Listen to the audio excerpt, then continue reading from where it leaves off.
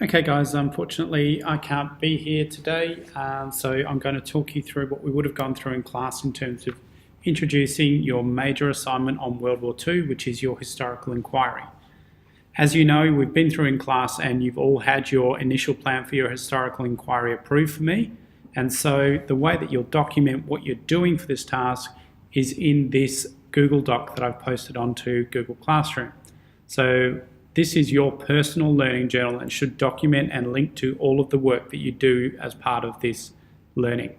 So first step, develop your inquiry question, which I know most of you have started because we've been through this in class and I've approved most of your inquiry questions.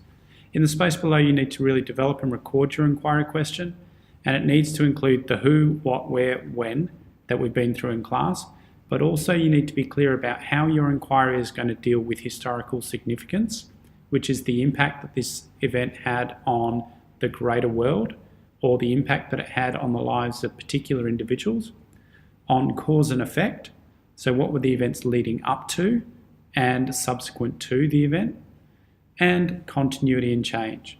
So is this something that we see repeating in history, or is this something that is a dramatic change from what we've seen in the past? As you can see in the example below, I've highlighted where we can see cause and effect and historical significance in the question that I've developed. So what were the reasons for a chosen battle in World War II within either the European or Pacific combat theatre? How did a chosen battle event shape the consequences of World War II and the future of the modern world?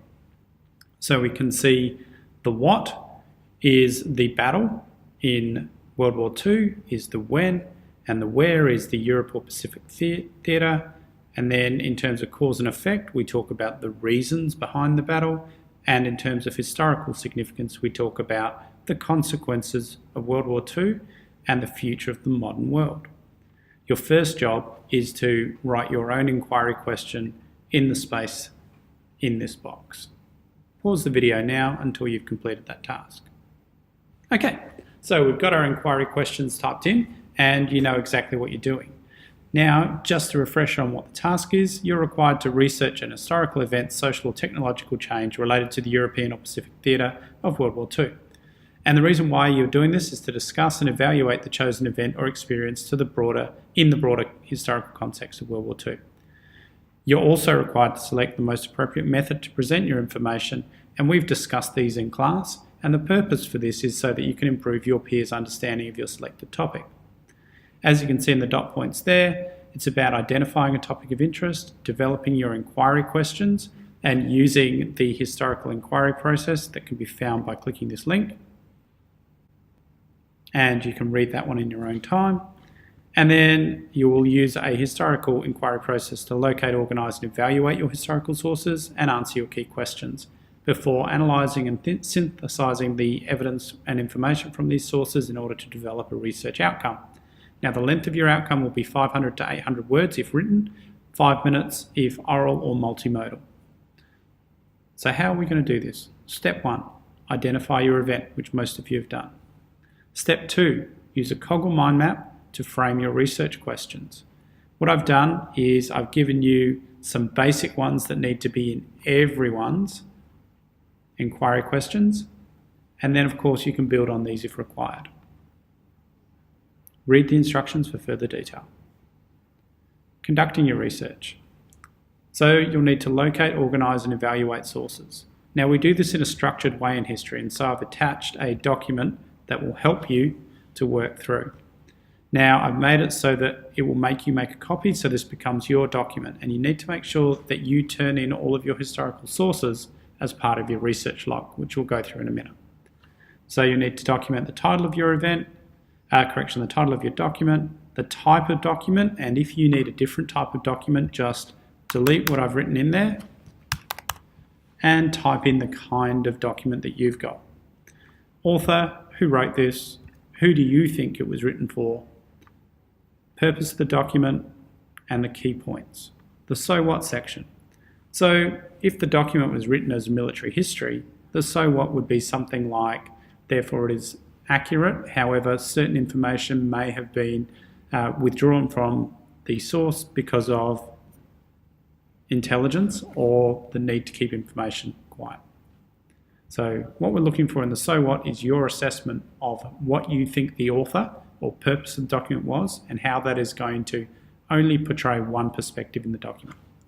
Key points is the information that you get from the document, and what does that mean? This is about what does that mean for your further inquiry.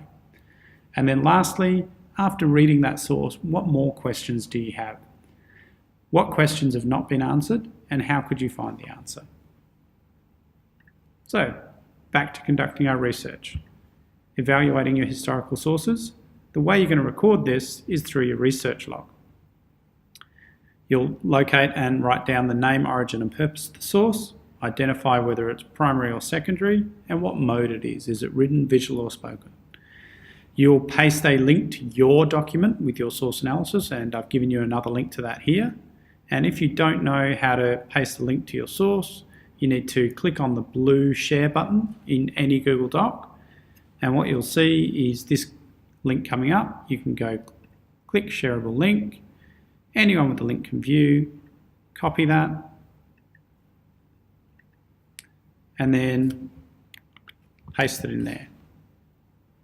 Once that's done, I'll be able to click on that and see your information. Lastly, I need you to identify the inquiry questions from your Coggle mind map that this source is going to help you to answer. Again, you don't write the answer here, you only write the question. We'll write the answers in the space below. So, answering the questions. Again, in the first box, the research question from your Coggle, which will come from the table above. Summary notes, and it's really important that your notes are correct and they copy exactly what's in the source that you've used. This is not a space to be paraphrasing your information. And then quotes and evidence that you're going to use from the source to support your answer. This is what you would probably have in your outcome, and you may, if you're writing an essay, include these quotes in your essay. That's what you need to do in order to complete the research phase of this assignment. Now, the research checkpoint is due on Monday next week. That's Monday of week 8. As always, if you have any questions, please post me on Google Classroom and I'll get back to you as soon as possible. Good luck, and let me know if you've got any issues.